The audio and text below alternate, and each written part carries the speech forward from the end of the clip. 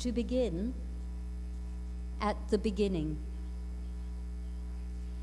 It is spring, moonless night in the small town, starless and Bible black.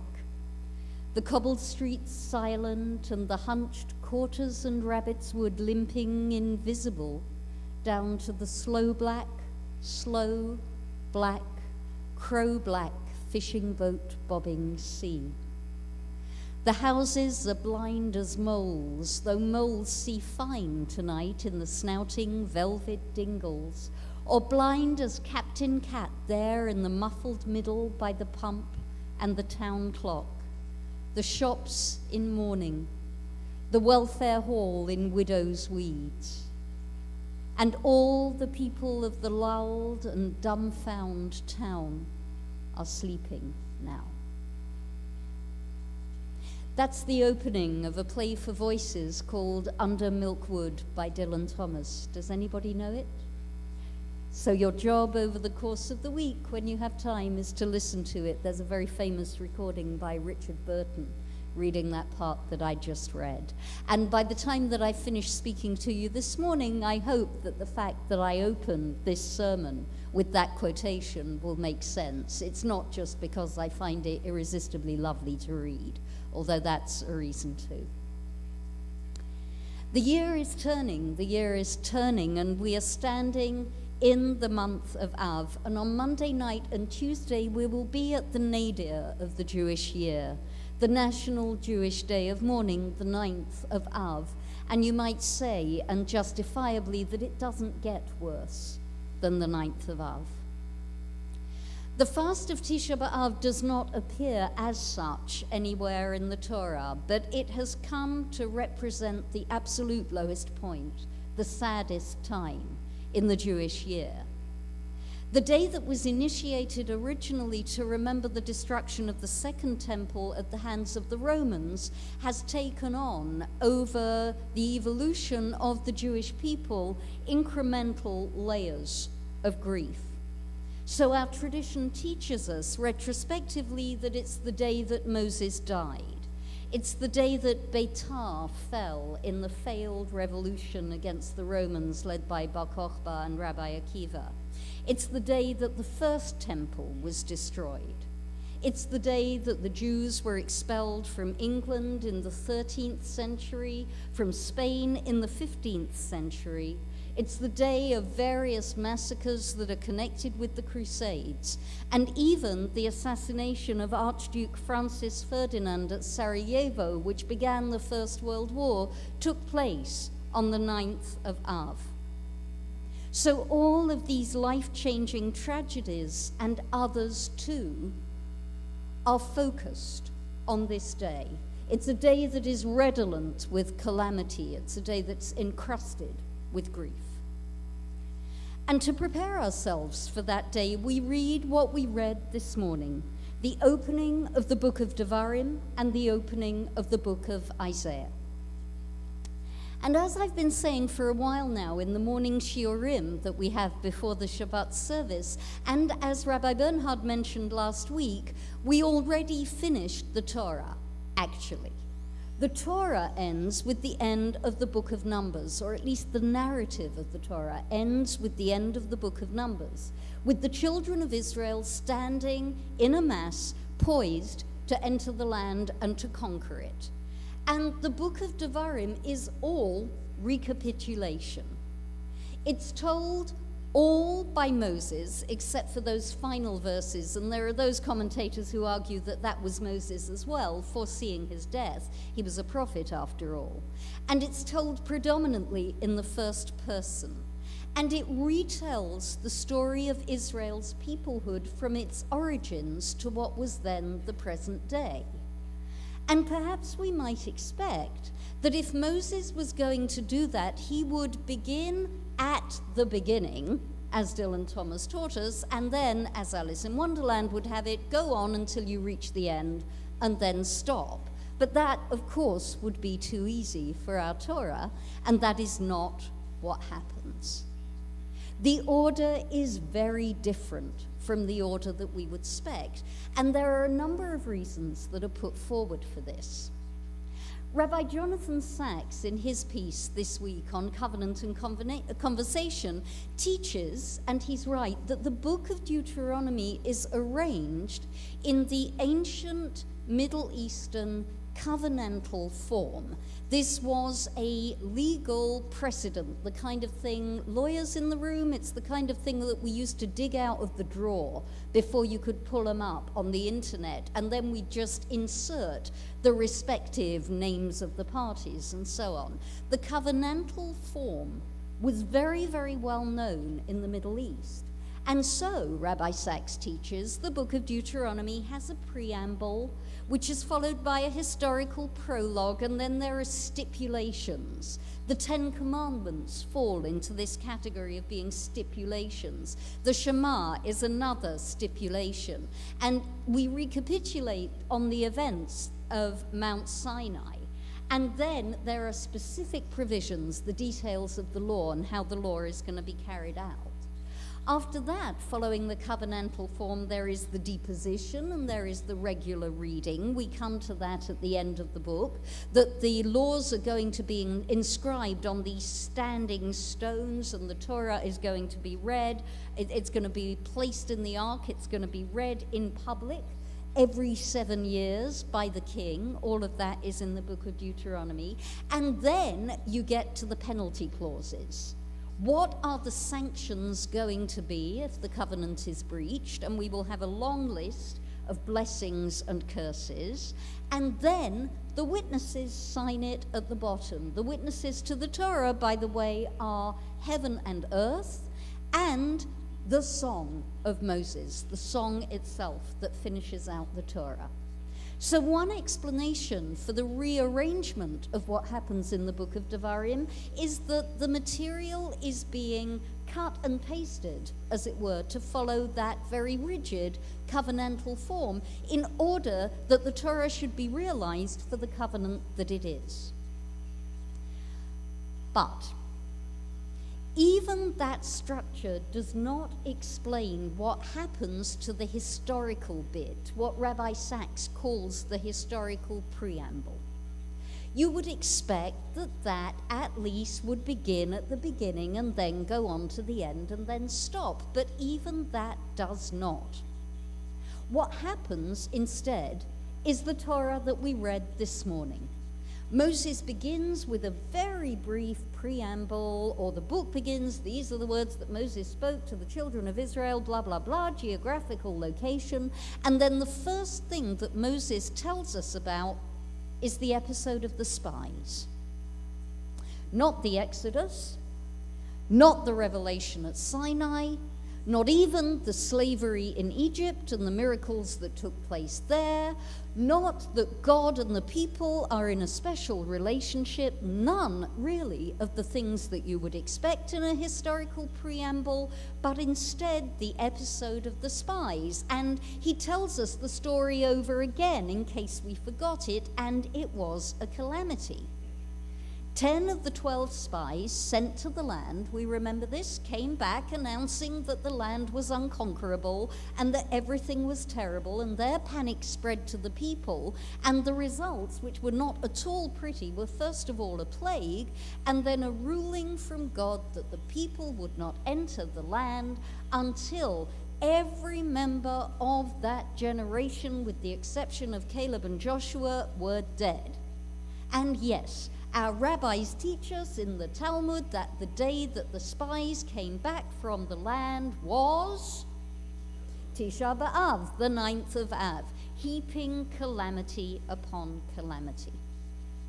But that still doesn't answer the question of why Moses jumps to that right now. So let me offer a couple of reasons.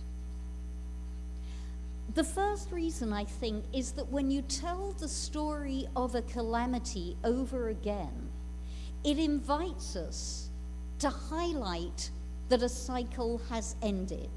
This terrible thing happened, then there was a lot of stuff in the middle, then we remember that a terrible thing happened. And the people stand, when this story is repeated, in the same place, the same geographic location as they stood when the mistake was first made. And now they have an opportunity in the same circumstances to do a different thing. Rabbi Alan Liu has written a wonderful book as preparation for the High Holy Days. It is called, alarmingly, "This is Real and You Are Completely Unprepared." And in it, he teaches of this episode that it is time to see whether the people standing on the same spot are going to seize a moment of opportunity, whether they are going to recognize that they have in fact learned something and that they are going to propel themselves, springboard themselves into a different cycle rather than instead subside into one more cycle of alienation. And I want to suggest that perhaps the reason that we read this particular part of the book on this particular day is to remind us that we too are standing at what we might want to call the beginning of the beginning. Tisha B'Av falls exactly 7 weeks before Rosh Hashanah. This is not a coincidence to a people that counts its time in cycles of 7. And Rabbi Liu teaches that Monday evening and Tuesday will be, if we attune ourselves, the first moment that we will hear the distant call of teshuvah, the distant call of the opportunity to turn, the distant call of standing in the same circumstances, but electing to do something different. He teaches that the destruction of Tisha B'Av is a concretization of a more abstract form of literally cracking up or falling down. The way that cracking up and falling down has to precede any change. The point at which our existing structures, the way that we understand the world, won't stand up to the challenges that we face. He writes, Tisha B'Av has a few questions for us as well. Where are we? What transition point are we standing at? What is causing sharp feeling in us, disturbing us, knocking us off balance? Where is our suffering? What is making us feel bad? What is making us feel at all? How long will we keep the walls up? How long will we furiously defend against what we know deep down to be the truth of our lives? But I think there is one more lesson in the fact that we read what we read today. Moses rearranges the material of the Torah in order, as I said, to be the narrator of his own story. And I want to suggest that that is what we do too. We tell the incidents of our lives over as stories. We weave incidents from one link to another with the aim of sharing with each other, not that such and such a factual thing happened that one day I was standing at the bus stop, but instead something about the way that we are. One day I was standing at the bus stop and the bus didn't come. It's always that way for me. I always end up missing things. I always end up having to wait. We use our narrative, we use our stories to say something about ourselves and our place in the world and what we understand to be the meaning of our lives. And sometimes we can do that in a fairly destructive way. When Moses tells over the story of the spies, his tone is considerably more acid than the tone when the story was originally told us in the book of Numbers, and he adds an extra personal touch. God was angry with me, says Moses, because of you, and said, you, Moses, shall not go into the land. Joshua the son of Nun, who's standing there in front of you, he is the one who is going to enter there. Strengthen him, for he shall cause Israel to inherit it. In Moses' retelling of the story, he is drawing two threads together to create meaning. the rebellion of the people, and God denying him personally entry into the land. And that's not the way the story was told the first time around. That is Moses as narrator giving us his take. And how many times in our lives do we do exactly that thing? How many times in our lives, in telling our stories to each other, do we link one event to another event in order to reinforce a negative emotion, in order to reinforce our fear, in order to justify our rage? It doesn't do Moses a whole lot of good, this retelling the events that way. How does it make him feel? It's not great. And when we do the same, when we link the events of our lives into a rigid structure, is the outcome positive for us? Does it help us? Is it good? Or do we fetter ourselves into a one-way story that we ourselves made? Do we block ourselves in and then sit behind the wall and notice how miserable it makes us feel? And yet, year upon year, the Jewish calendar offers us the opportunity to change, to question the structures that we have made of our meaning, and to let them break down, and to begin again at the beginning. And I want to suggest that that is what we should do this year, that we should begin at the true point of origin of the High Holy Days, the little trickle before it becomes a river, Tisha B'Av, which requires us truly to contact what it means to be broken. It pulls our artifice down. It challenges us to remake the misconnections in our lives, the chains of cause and effect that we make when we speak about ourselves and our families and our lives and our history. It doesn't have to be this way, says Tisha B'Av. It can be different. As we move away from the memory of calamity, there is a chance to be new. There is a chance to ask ourselves what really matters. And there is a chance to notice what really remains. You could say that the product of Moses being denied entry into the land was the whole of the book of Devarim, the first narrative of Jewish history.